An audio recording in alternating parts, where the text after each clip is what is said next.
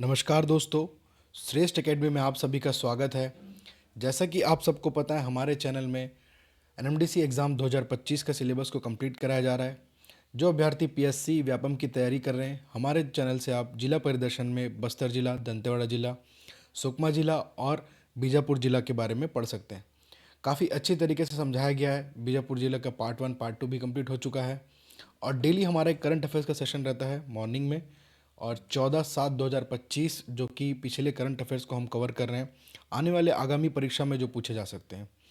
तो आज का जो स्पेशल टॉपिक रहेगा, ऑपरेशन कगार और संकल्प योजना, उससे संबंधित क्वेश्चंस को हम ट्रैक करेंगे। आइए स्टार्ट करते हैं पहले टॉपिक्स जो कि करंट अफेयर संबंधित है।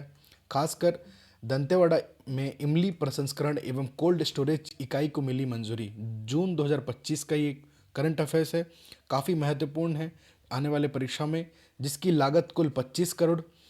अब ये कहाँ खुलेगा? स्थानीय जो लाइवलीहुड कॉलेज है सोसाइटी दंतेवाड़ा में खुलेगा। ये जो लाइवलीहुड कॉलेज दंतेवाड़ा में यह प्रसंस्करण जो कि कोल्ड स्टोरेज के उद्घाटन या फिर यहाँ पे स्थापित किया जाएगा।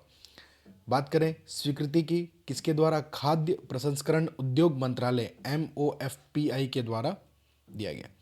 खाद्य प्रसंस्करण उद्योग मंत्रालय द्वारा दंतेवाड़ा में इमली प्रसंस्करण एवं कोल्ड स्टोरेज की इकाई स्थापना हेतु स्वीकृति एक युगांतकारी निर्णय है। इस इकाई के माध्यम से स्थानीय किसानों को उचित मूल्य मिलेगा। ठीक है, रोजगार के नए अवसर सृजित होंगे।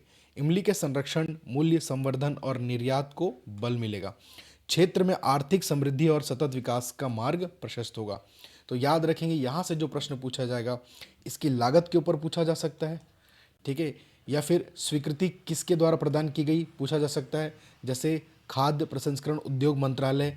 या पूछा जाएगा किस स्थान पर, जो कि हाल ही में चर्चित जो कोल्ड स्टोरेज, इमली प्रसंस्करण एवं कोल्ड स्टोरेज किस स्थान पर खुलेगा या फिर कहाँ स्थापित किया जाएगा। तो हमारे लिए ऐसे चीज़ जो एग्ज़ाम से इम्पोर्टेंट होंगे। और इंग्लिश वाले इस चीज़ को ध्यान देंगे, ये जो आपका MOFPI है, इसका फुल फॉर्म है ministry of Food Processing industry. ठीक है, क्या है इसका? Ministry of Food Processing industry. ठीक है, इस चीज़ का विशेषकर ध्यान देंगे। तो इनके द्वारा जो कि लाइवलीहुड कॉलेज सोसाइटी दंतेवाड़ा में इमली प्रसंस्करण एवं कोल्ड स्टोरेज की स्थापना की जाएगी। इसके ऊपर क्वेश्चन जो पूछे जा सकते हैं उसको हम ट्रैक करेंगे। दंतेवाड़ा जिले में इमली प्रसंस्करण एवं कोल्ड स्टोरेज इकाई की स्थापना किस स्थान पर की जाएगी? तो पूछा जाए तो याद होगा लाइवलीहुड कॉलेज दंतेवाड़ा। इमली प्रसंस्करण एवं कोल्ड स्टोरेज प्लांट की स्थापना किस स्थान पर? ये वापस रिपीट हुआ question. Livelihood College Society Dantewada में स्थापित होने वाली इमली प्रसंस्करण एवं कोल्ड स्टोरेज इकाई को मंजूरी किस मंत्रालय ने दी? अगर आपसे ये पूछा जाए तो इसका आंसर होगा खाद्य प्रसंस्करण उद्योग मंत्रालय, यानी Ministry of Food Processing Industries के द्वारा। ठीक है, इंग्लिश वाले which ministry approved the tamarind processing and cold storage unit to be established at Livelihood College Society Dantewada. तो इसका आंसर होगा थर्ड, जो कि Ministry of Food Processing Industry. तो इस ऐसे क्वेश्चन आपसे पूछे जाएंगे, आप इसका विशेषकर ध्यान देंगे। अगला टॉपिक है BCCI का सर्वश्रेष्ठ allrounder player of the year award 2023-24 में किसे मिला? शशांक सिंह, जो पंजाब किंग्स के लिए खेलते हैं IPL में और छत्तीसगढ़ के भिलाई से बिलोंग करते हैं। तो आयोजन है BCCI नमन अवार्ड्स 2025। मुंबई 1 फरवरी 2025 को यह पुरस्कार सम्मानित किया गया है, अवार्ड दिया गया है। कौन सा? Allrounder player of the year 2023-24 की बात। ठीक है, और पुरस्कार Lala Amarnath award for best allrounder in domestic limited overs competition 2023-24 की है। ठीक है, लाला अमरनाथ अवार्ड आपसे पूछा जाएगा, याद रखेंगे। Best player of the year किसे दिया गया? BCCI द्वारा शशांक सिंह जी को। ठीक है, प्रदर्शन की बात करें, उन्होंने विजय हजारे ट्रॉफी 2023-24 में कुल 450 रन बनाए और 11 विकेट लिए, जिससे उनकी टीम को महत्वपूर्ण सफलता मिली। ठीक है, उनकी उपलब्धि की बात करें, शशांक सिंह BCCI का यह पुरस्कार प्राप्त करने वाले छत्तीसगढ़ के पहले क्रिकेटर बने हैं। तो जब पहले क्रिकेटर या पहला शब्द आता है, हमारे लिए कुछ इंपॉर्टेंट हो जाता है एग्जाम से।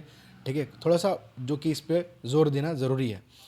IPL प्रदर्शन की बात करें, IPL 2024 में पंजाब किंग्स के लिए खेलते हुए उन्होंने गुजरात टाइटंस के खिलाफ 29 गेंदों में 61 रन बनाए, जिससे उन्हें IPL 2025 के लिए कितने कुल 5.5 5.50 करोड़ में रिटेन किया गया। तो ये कुछ महत्वपूर्ण बातें शशांक सिंह के बारे में, उम्मीद करता हूँ आप सभी इनको देखे होंगे, तो इनके बारे में एग्जाम में शायद पूछा जा सकता है।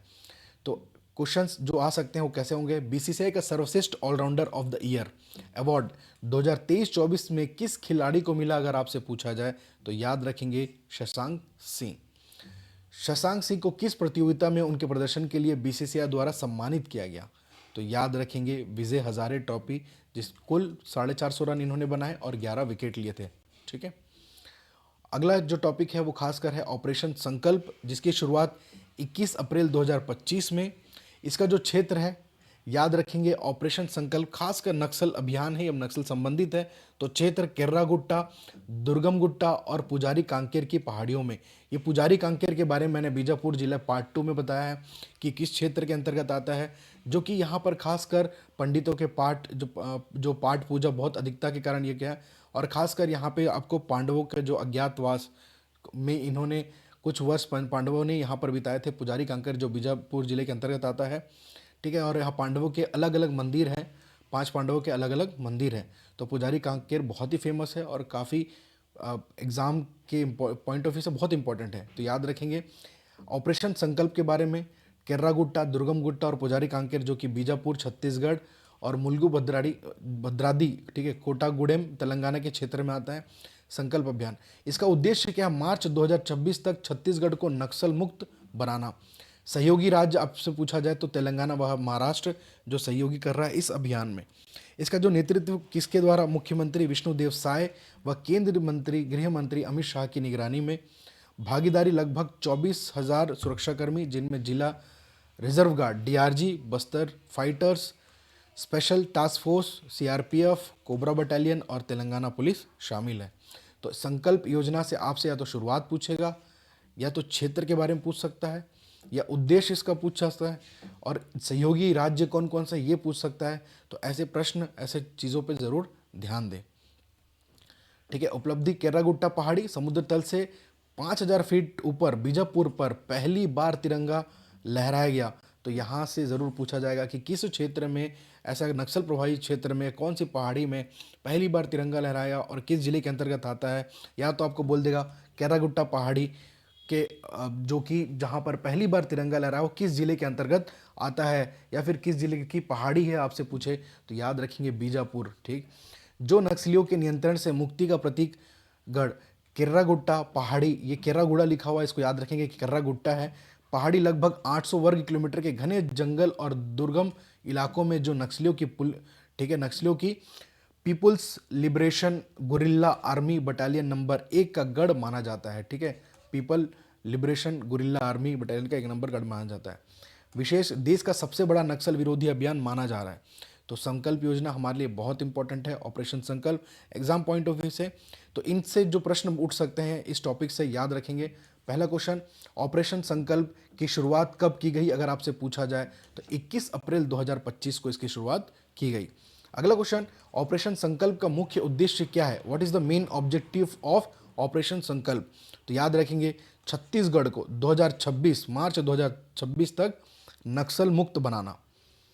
केर्रागुट्टा पहाड़ी किसके गढ़ के रूप में मानी जाती है? तो याद रखेंगे खासकर पीपल्स लिबरेशन गुरिल्ला आर्मी। ठीक है, तो याद रखेंगे ये हमारे लिए महत्वपूर्ण है।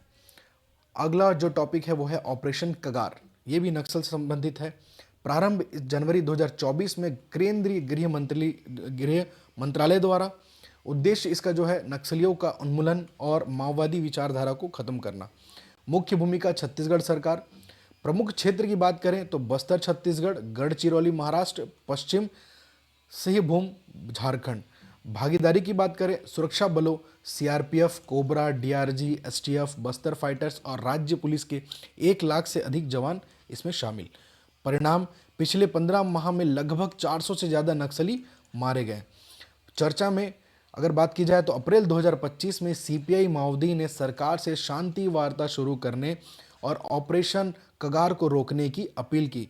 तो हमारे लिए ऐसे चीज़ बहुत ही इम्पॉर्टेंट है और हमारा उत्तरदायित्व होता है कि सबके बारे में जानें, क्योंकि खासकर जो बस्तर संभाग में जो नक्सल प्रभावित क्षेत्र हैं उस पर बड़े बड़े अभियान चलाए जा रहे हैं। अभियान के अंतर्गत बहुत ही नक्सल माओवादियों की जो कि खुद सरेंडर कर रहे हैं ऐसे अभियान को देखकर सरकार के द्वारा।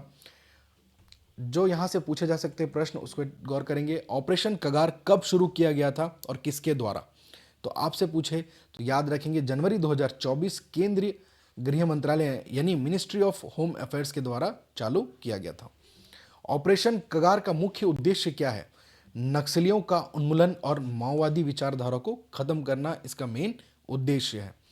ऑपरेशन कगार किन क्षेत्रों में चलाया जा रहा है? तो याद रखेंगे बस्तर, जो कि छत्तीसगढ़, गढ़चिरौली महाराष्ट्र, पश्चिम सिंहभूम झारखंड, तो ऐसे क्षेत्रों में ऑपरेशन कगार को चलाया जा रहा है। तो हमारे लिए बहुत ही ज़रूरी टॉपिक है। अगला है सुकमा का बेड़ेसट्टी बना राज्य का पहला नक्सल मुक्त गांव। तो जो भी बच्चे एनएमडीसी आगे आने वाले परीक्षा की तैयारी कर रहे हैं तो ये बहुत ही महत्वपूर्ण है। और जैसे कि नक्सल अभियान चल रहा है काफ़ी समय से, सरकार के द्वारा चलाया जा रहा है और बहुत सारे नक्सलवादी जो कि आत्मसमर्पण कर रहे हैं सरकार के सामने आकर, तो ऐसे क्षेत्र में हमारे लिए ये चीज़ों को जानना बहुत ही ज़रूरी होता है।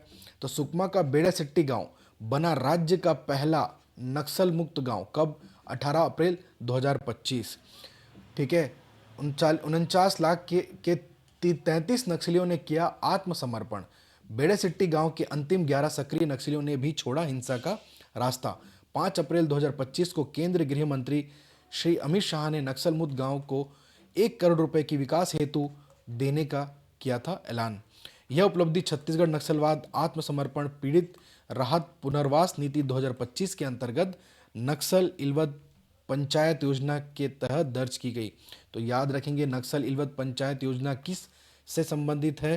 तो याद रखिए गांव खासकर बेड़ासिट्टी गांव से संबंधित है और यह छत्तीसगढ़ नक्सलवाद आत्मसमर्पण पीड़ित राहत पुनर्वास। तो मैं अगले टॉपिक में आपके लिए ये जो टॉपिक है पीड़ित राहत पुनर्वास क्या है, ये नीति क्या है जो इनको गृह प्रदान किया जाता है, तो इसके ऊपर मैं आपके लिए खासकर लेके आऊँगा।